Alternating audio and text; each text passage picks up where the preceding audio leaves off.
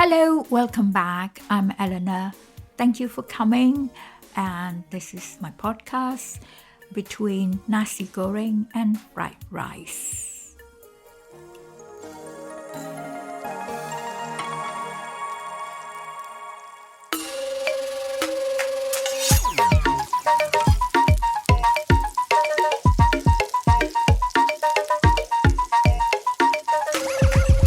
Good morning, Okka. How are you? I'm so glad that you agreed to come.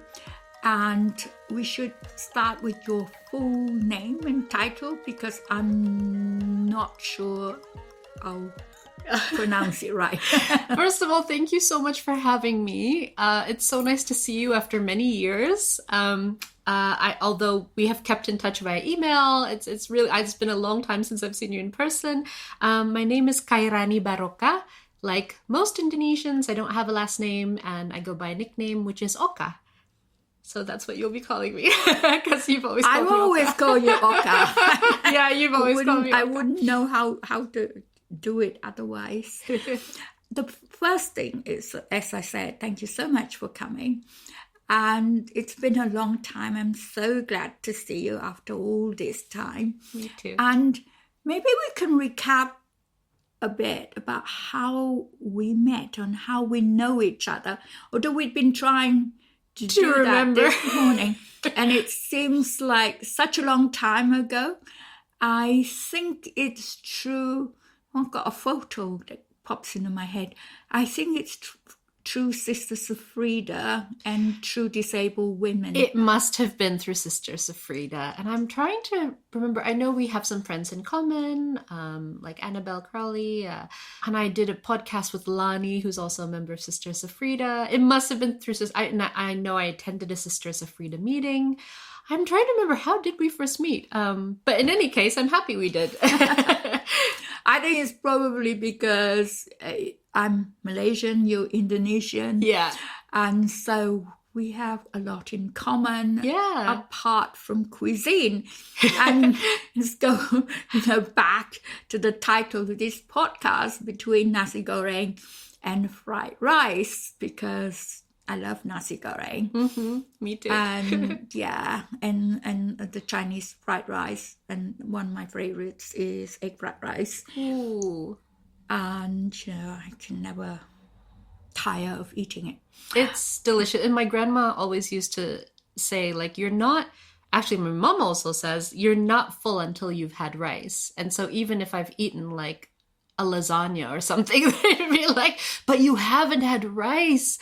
You're not full yet, That's funny because now that I have diabetes, rice has become a luxury. Like, I long for rice. But it's very funny because when I was young, when I was still living at home, my mother always complained about me because I wouldn't touch the rice. I would only eat the meat and the veg and leave my rice.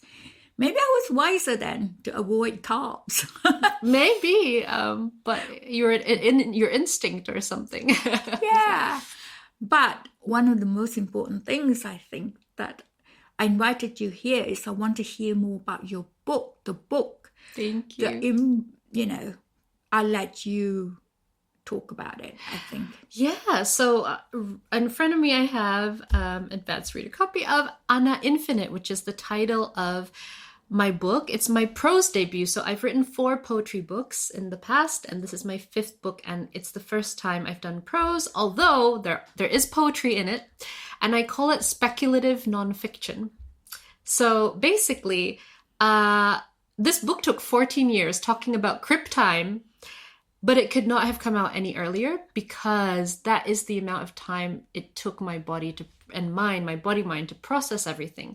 So it's also part memoir. So let me tell you how this book started. 14 years ago, I was in New York City and I first became physically disabled and I was kicked out of many hospitals. Nobody believed me. People said I should be in a psych ward, because I had a history of anxiety. Like, people just could not believe that I was in excruciating pain. And I did not get medicated regularly until I came to the UK in 2015 to begin my PhD. I got a scholarship to do a PhD in visual cultures by practice. So that meant I could do art and writing as part of my PhD to do research for this book. So this book literally saved my life, because I would not have found the first GP who properly believed me and properly gave me the medication that I needed, because I was just constantly in excruciating pain for like 4 years previous. If I had not come here to research this book.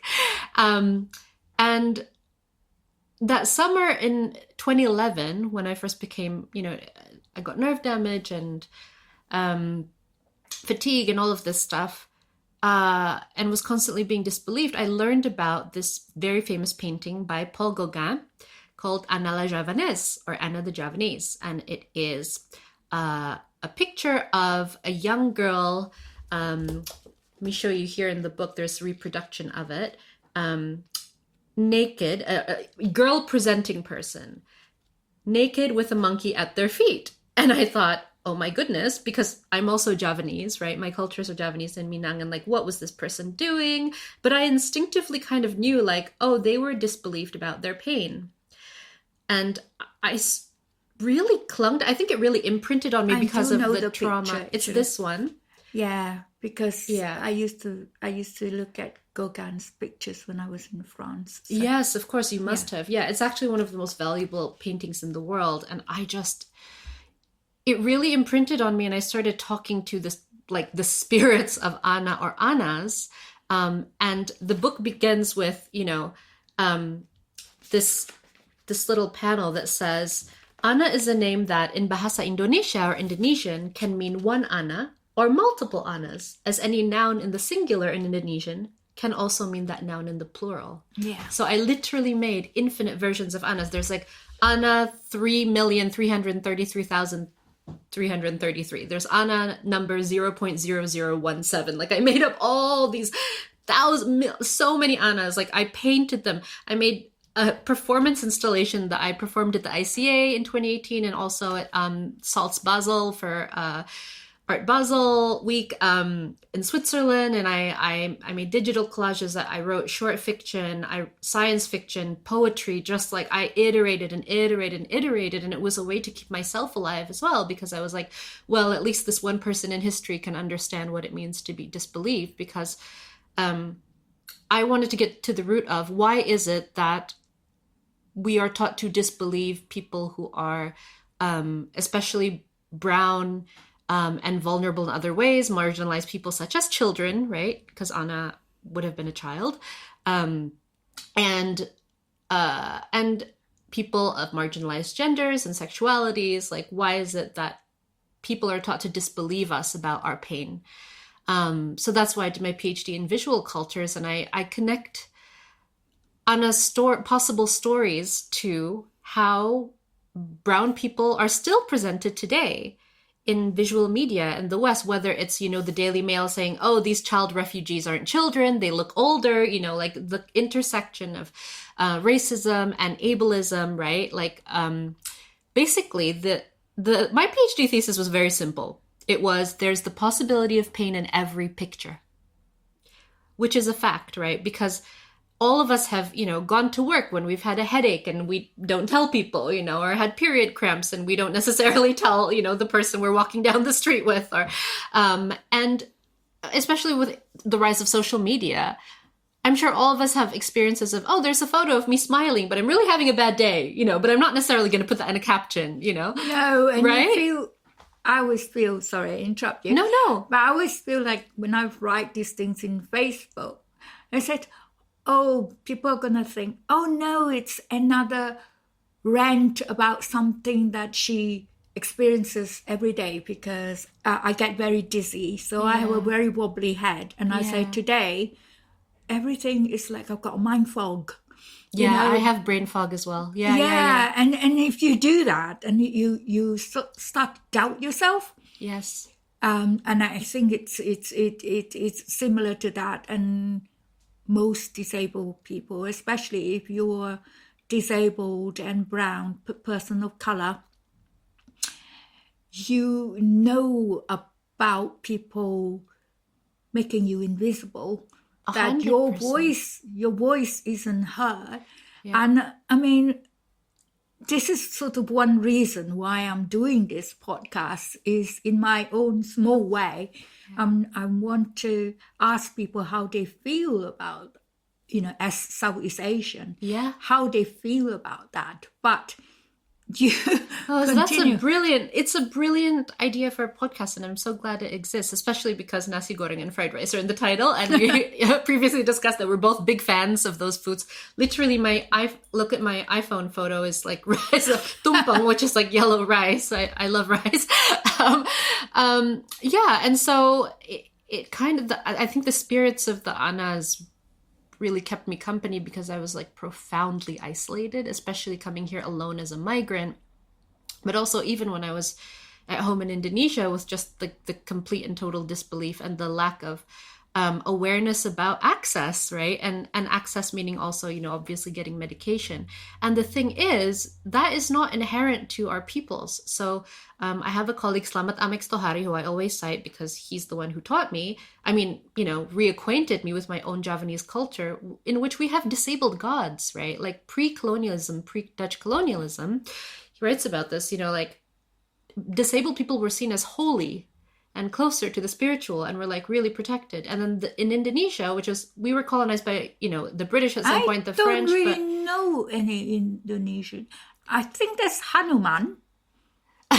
So Indonesia has over 700 languages and cultures, okay, right? Sorry. No, that's all right. No, that's fine. So there's over 700 languages and cultures in Indonesia.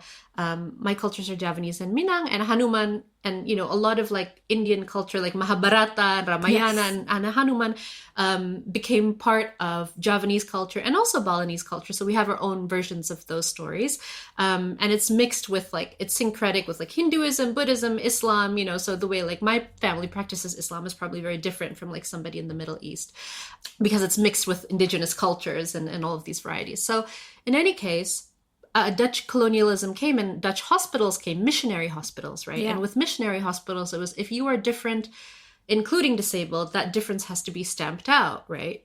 And that obviously ties to so many other things, because, homosexuality was considered a psychological disorder, right? Until very recently. So it's like what counts as disability has always been fluid and tied to power and tied to who gets to be, discarded from society or marginalized.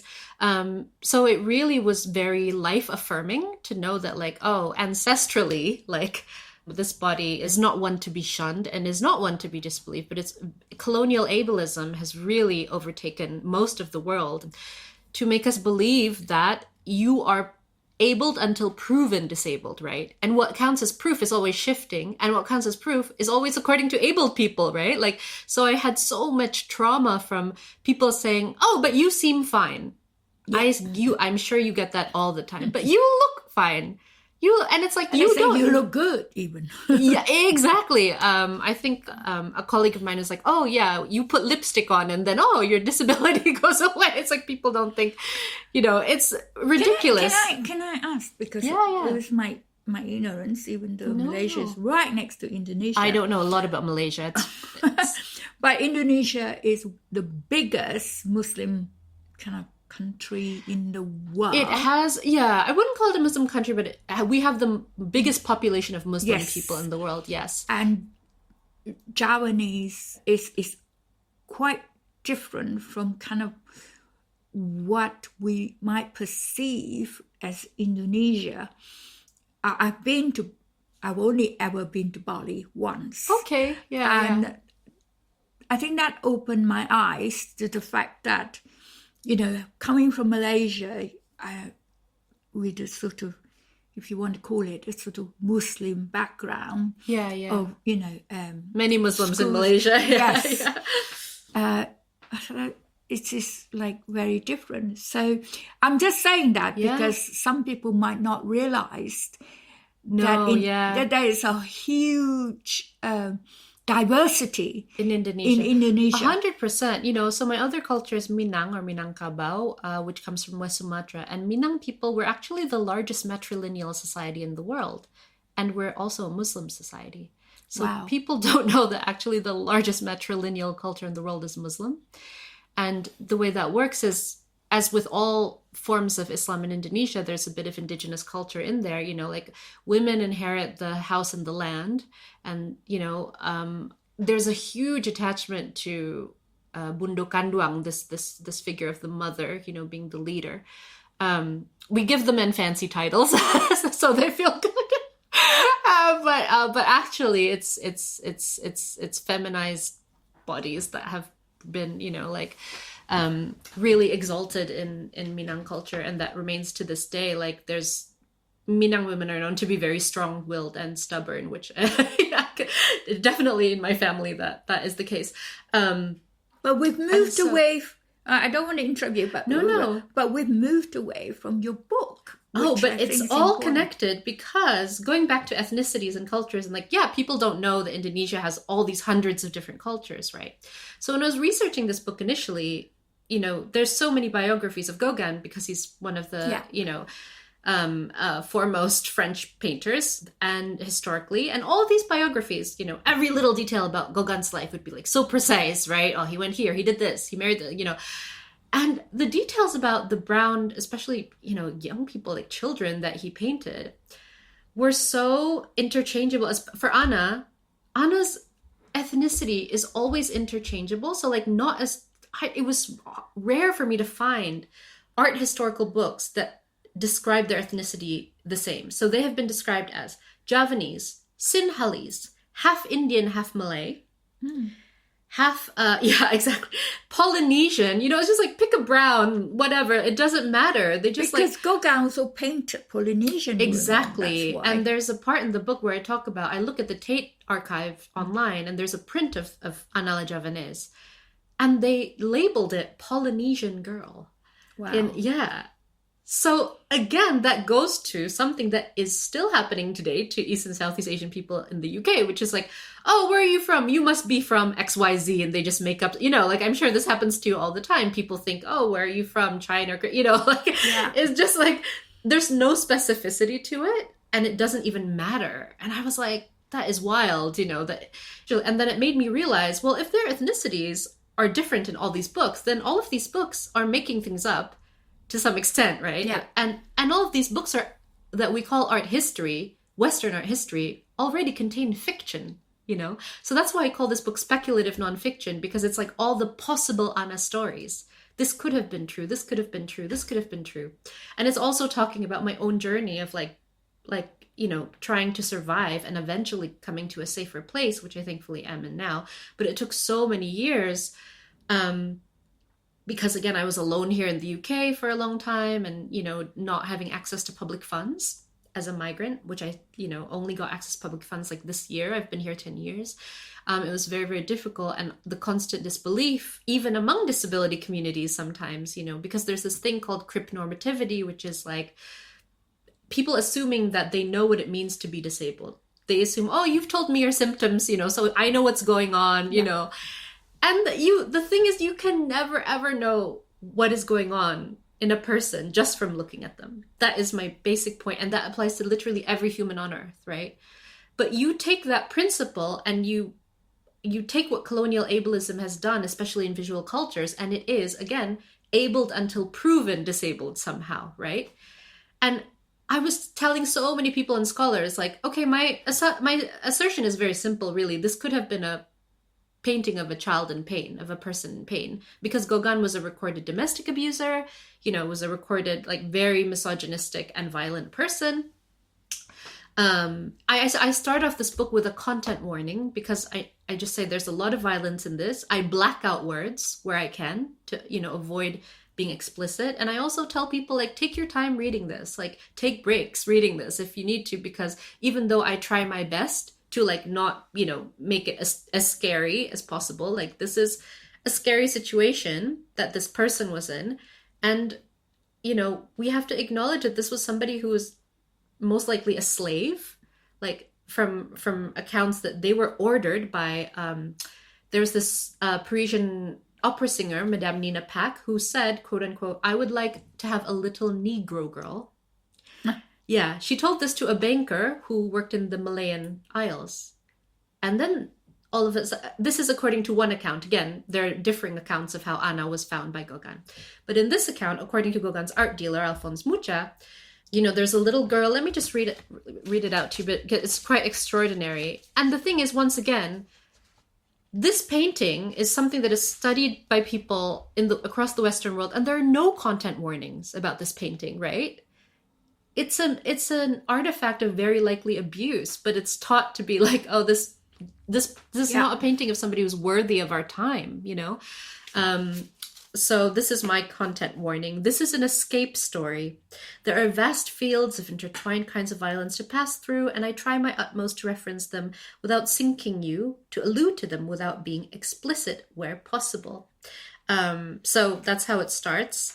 And I even there's a part about, a safe place that people can go while they're reading this book. But here's the introduction, Selected Annas, and it starts with this long quote from Ambroise. Sorry, I said Mucha earlier. I meant Ambroise Vollard, Gauguin's art dealer, 1936.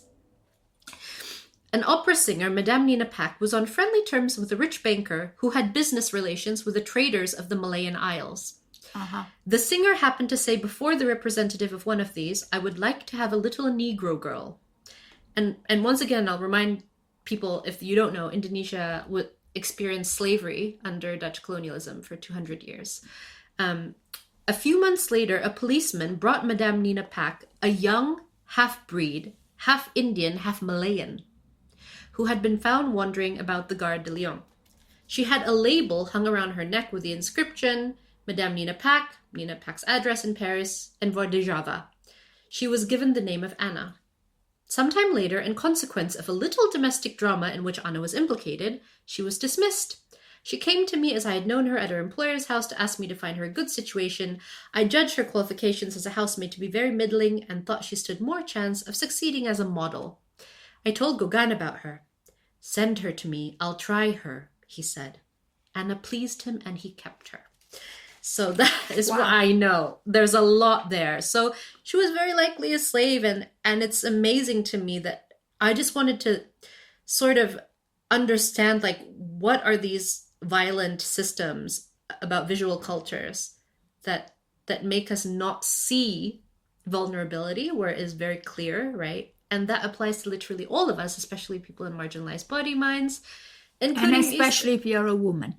Yes. Woman, trans, female. Yeah. Trans. Yeah. If you're marginalized, then it's difficult. So, this book has, my poetry in it, fiction. There's lots of different kinds of ways I imagine Anna. And I talk about, everything from how young, disabled brown people in Western media are often portrayed as victims, right? Especially in development, quote unquote, development discourse, right? It's people from the developing world, we need to save them. But then there's images like Ana la Javanese where it's you don't even acknowledge the possibility that they could be disabled, right? So it's this very interesting comparison. So yeah, there's a lot in here that it's very difficult to describe this book. And I'm very grateful for the blurbs that have come in that really understand it. It's so nerve-wracking to send blurbs out, right? Because you're I don't know if people will understand this. And I spent so long on it, but people I really, really respect. Daisy Rockwell, who won the International Booker Prize for translating the first Indian woman. Alice Wong. Alice Wong. I'm so grateful that Alice blurbed this, and Alice has always been a supporter of my work in visual cultures as well. I've published on Disability Visibility, which is Alice's platform online, blurbed it, and so people I really respect understand that this is a weird book, and I'm so grateful that I was able to publish it the way I wanted, because it was so difficult to sell this book. I've had so many people tell me to change it. This is weird. Is it fiction? Is it nonfiction? Why does it have art? Why does it have poetry? And I'm it's everything. It's up to you. I don't care about labels or genre. It's a book. Yeah, it's a story. It's just go with it. And I'm so grateful that people really understand it. And I can't wait to hear people's responses to it, because I think this sentiment, it's obviously not something I'm alone in, because so many people go unmedicated and disbelieved. every single day. And I talk to so many people, especially in the disability community, especially among East and Southeast Asian people, you know, where unfortunately, Asian people and especially Black people, you know, in the UK, the medical system is very discriminatory. And I've had experiences here in the UK where, you know, I will be screaming in pain and people think I'm on drugs. People have threatened to call the police. I mean, like, so many things that I'm like, wow, this is so weird. Why is this? And obviously it's because I'm Asian and I'm brown. And you're taught to believe brown women less. And that is just through centuries of visual cultures. But I want to reclaim the possibilities of anas. And if there's the possibility of pain in every picture, there's also the possibility of escape in every picture. And when you read this book, I hope you'll understand what I mean. But the point is, like, we all own our own truths about our body minds, right? And nobody can take that away from us. Like, I had so many people disbelieve me, and neurologists even tell me that, you know, oh, it's psychological, it's not real, until I did find neurologists who did believe me and treated me properly, you know.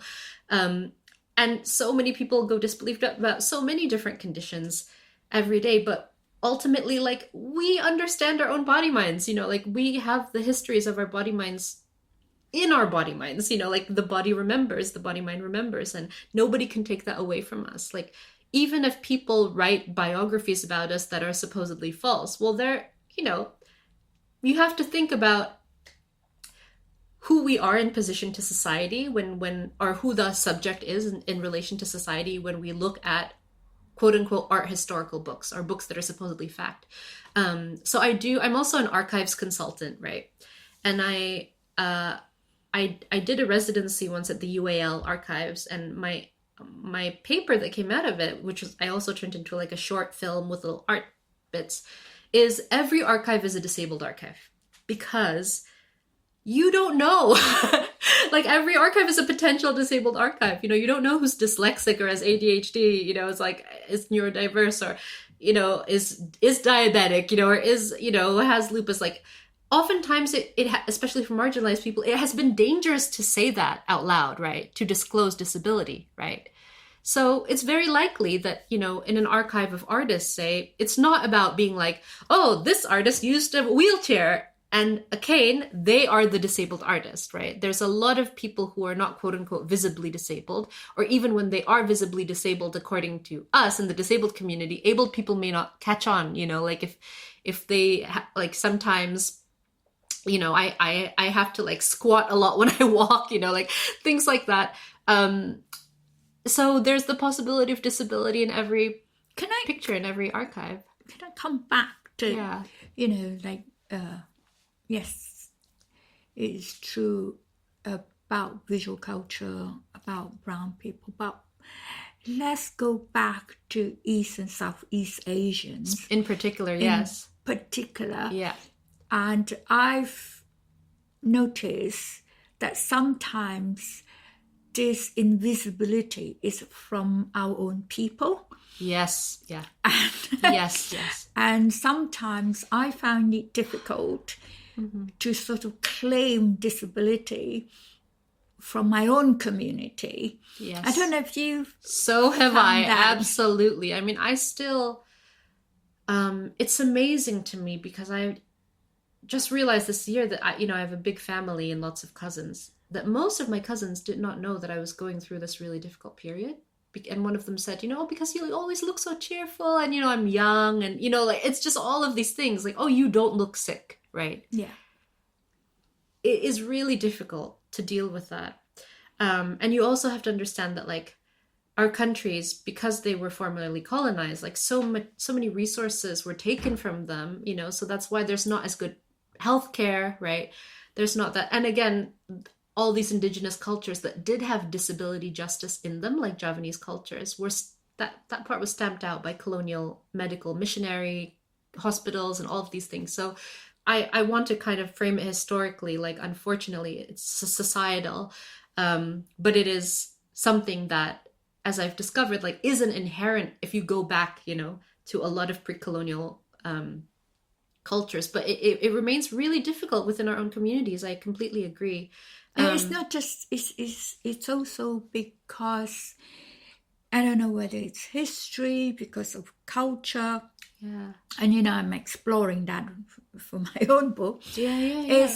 It's very difficult to kind of like pick out where it is, because it's part of our culture. Yes. Like misogyny, like, as a disabled woman or man or trans, I think you have that initial or internalized disableism and think that nobody wants you because you're disabled. And that sometimes and oftentimes is in our Asian culture. And it's not just in Asian culture, because out here in the West it also exists. But I find that it's very difficult to fight it when it's in your community, that people who same color as you, and who don't acknowledge your access issues. And do you scream and shout? I mean, like, otherwise I would sort of go put on my campaigning hat and complain. However, if it's in your community, let's just say it's my local Asian or local Southeast Asian restaurant down the road. Yeah.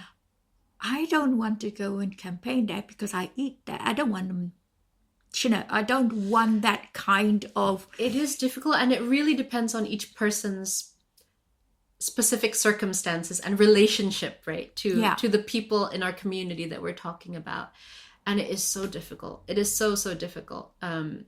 Even in my immediate family, there is, I think also in the Indonesian context, because we were, I grew up under a dictatorship, under the Suharto dictatorship, and that was installed by Western governments, after this genocide that a lot of people still don't know about, but was backed by the US and the UK in the 60s. Up to 2 million people, maybe more, were killed, including people of marginalized genders, including like the largest feminist movement in the world was in Indonesia in the 60s. The largest feminist movement in the 1960s was in Indonesia, and they were literally killed off because they were basically scapegoated as like communist to leftist, and they were literally killed off. And it's really the scenarios I write about in these short bits in this book, in Anna Infinite, are Anna being held by the spirits also of all these women who were killed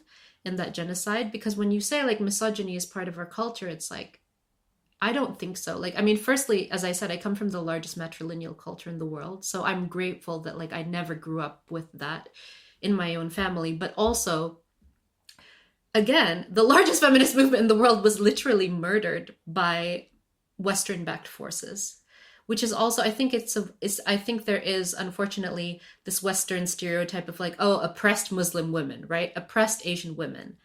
And it's like, but you killed off our feminists, like you killed off our feminists. And that is something that I feel like so deeply, because I really hate, this conception that like, oh, women who wear hijab are not feminists and they're not like us, blah, blah, blah. It's like, you don't know your own history. You don't know the history of Southeast Asia, which is a history of so many feminist movements, different movements, across our many hundreds of cultures. And they have faced a lot of like really violent opposition. And so this book is also a reclaiming of that. If it's okay, can I read you a little bit? So I try and give that sense of safety from all the women to Anna Lejavene. So I'm just going to read out a couple of very short bits here. So the first Indonesian Women's Congress was in 1928, and they were already campaigning against like the occupation of Papua and against polygamy. Papua New Guinea, this is... No, Papua, so West Papua. So Indonesia is currently engaging in genocide in West Papua. Okay. And that is also Western backed because the largest gold mine in the world is in West Papua. So it's like, there's a lot that a lot of people don't necessarily understand in the West. So this is Ana number 0.000000015 attends the first Indonesian Women's Congress in 1928. I was never summoned into slavery by a brutal white woman, creative, quote unquote, on the other side of the world. I was never given to a man known to take and take too much. Can you even imagine? I was kept safe as anyone could keep a child under our weights, even as an orphan, by a coterie of aunties, by grandmothers. My budes and tantes, my eyangs, sewed stories onto my back that I have taken with me. So this imagines if Ana had lived, had never been taken to France, and attended this Women's Congress. I am here now as an adult in this meeting place where other women beam inside their sarungs and dresses. We pay no mind to the Dutch. We are against polygamy and forced marriage. We speak many different languages and dialects. We carry within us the sense memory of having been many different genders, not the slight binary that colonies have beaten into us. Some of us love each other in more ways than one. Our ideas will survive. They can never undo our lives and then give us charity and quote-unquote empowerment in the form of aid money we are dependent on. They can never erase these many meetings. They can never claim as slavers that they invented what it feels like for a woman to feel free. In 1965, I will be in my 80s and live to see the flourishing of my sisters, my daughters. They can never murder our faith in each other. Can you even imagine? Did you see the diagrams in that earlier session? Such attention to detail. And that one cerulean fan in the hands of the mba over there, the way the light hits from the window. A joy. So that's a little bit of what I imagine for the different eyes. Yeah, I mean, that's great. And I think that's a lot we don't know about Indonesia. And I want to touch on, we don't have that much time, but I do want to touch on what is happening in Indonesia. Right. And I'm like full of like admiration for what I'm reading. I don't know what is true and what is not true, but it looks powerful. I mean, Indonesia has like 275 million people or something. We're the fourth largest nation in the world by population, which also a lot of people don't know. I remember in high school there was a girl trying to say, Indonesia is a group of little islands, and I'm like, actually it's like as wide as the United States and has the largest coastline in the world.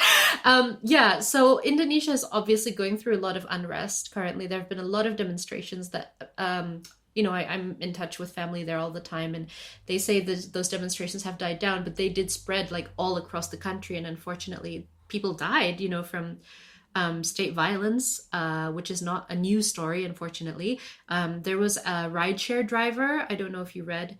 There was like a motorcycle taxi driver who was delivering. Yeah, the delivery driver who was ran down by a police car, just like completely murdered in broad daylight. And that created, even more anger amongst the people. But it's, based on a lot of economic inequality, and basically it came out that the housing stipend that government officials got was like up to 20 times as much as the average national wage, right? So there's like huge income discrepancy, which is the case all over East and Southeast Asia, right? And the world, right? There's a huge amount of income discrepancy, and a lot of corruption and mismanagement of funds. To give a little bit of context, our current president, Prabowo, is a general in the military, was a war criminal under the dictator Suharto, who was in power for 33 years, that I came up under. So he committed many, many human rights abuses and continues to. And I think people say that it's interesting that he's apologizing to the taxi drivers because they know, there's actually so many delivery drivers in Indonesia and they can unionize and they actually have like a big voice.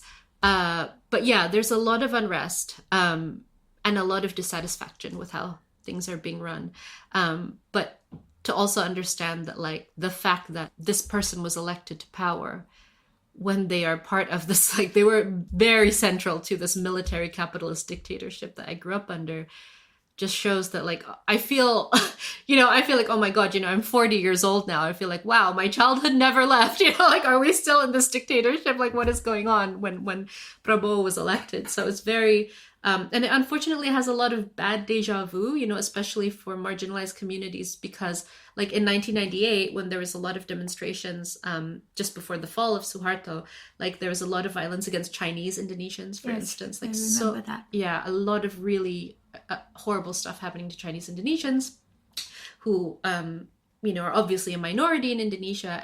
And for my Chinese Indonesian friends, I know it's like stirring up, you know, those memories, because obviously the demonstrations were similar to what was happening back then. So it's everyone has been very, you know, tense, and is just like really hoping for the best, praying for the best. We'll see. And I was talking to my mother the other day, and she was like, hopefully this will teach the government to like actually, you know, do better. But I don't know, there's a part of me that's cynical as well, you know, because I'm just like, well, they'll figure out a way to. I'm much older than you, yeah, and probably much more cynical. I have given up thinking that governments learn from anything, and definitely not history. Yeah. But let's stop here. Okay. Because I think we need to know lots more. Yeah. And I'm hoping that maybe we can have another one more about. Yeah. But it is so good to hear about your book. I can't wait to read it. I'm waiting for my copy to arrive. I'm going to take an awful long time to read it because I'm a very bad reader. Oh, I'm a slow reader too. That's why, and I literally say at the beginning, like, take breaks, you know, like this book was made on Cryptime and it's meant to be read on Cryptime. So, you know, Definitely. Can I end with another like really short bit? Yes. Okay, so this is Anna number 333,333,333 and me. What would it take to be all right on this canvas? Give myself a blanket. Break myself a family off of the world's warm slab of families. Procure the lack of a need for company or smiling mouth while naked. Adopt the monkey or set her free. Oh, let myself lie down. Breathe soft and deeply, leaves in my hair. Make myself jamu, the medicinal drinks for every ailment. Be discovered by a jamu seller slinging wares on her back with a cloth. Let her treat me with kindness. Let her say she'll come back in a week to see how I'm doing. And it's lucky my family's here, that I broke off of the slab of the world's known families. The world won't die on us. It's painted on. Get moon and you get sun. Give me a way to play chongklak with someone and I will. Go give me a way to spin tops. I rip games out from the painting fabric. Then conjure myself back into a place where other children make sense, where everything is a piece of music meant to prolong an age of still smallness, growing. Cublak suwang tinggal lenter mambu ketundung gudel pak empong lera lere sopong guyun dele ake serpong dele kopong serpong dele kopong. This is a children's song and also a central Javanese pearl of wisdom. It is ultimately the tale of how peace will come to you when you are at peace with the unseen, rather than worldly riches. Thank you, that's great. And terima kasih. Sama-sama. And I hope to see you soon again and not leave it so long. Me too. Thank you again for this morning, and I can't wait, and I'll send you the podcast. Thank you so much, Eleanor. It's an honor to be here. Thank you, Oshan, as well.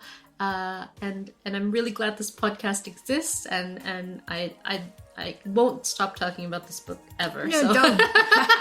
So feel free to ask me any questions. Thank you so much for having me and for having the Annas in this space with us. Thank you. Thank you.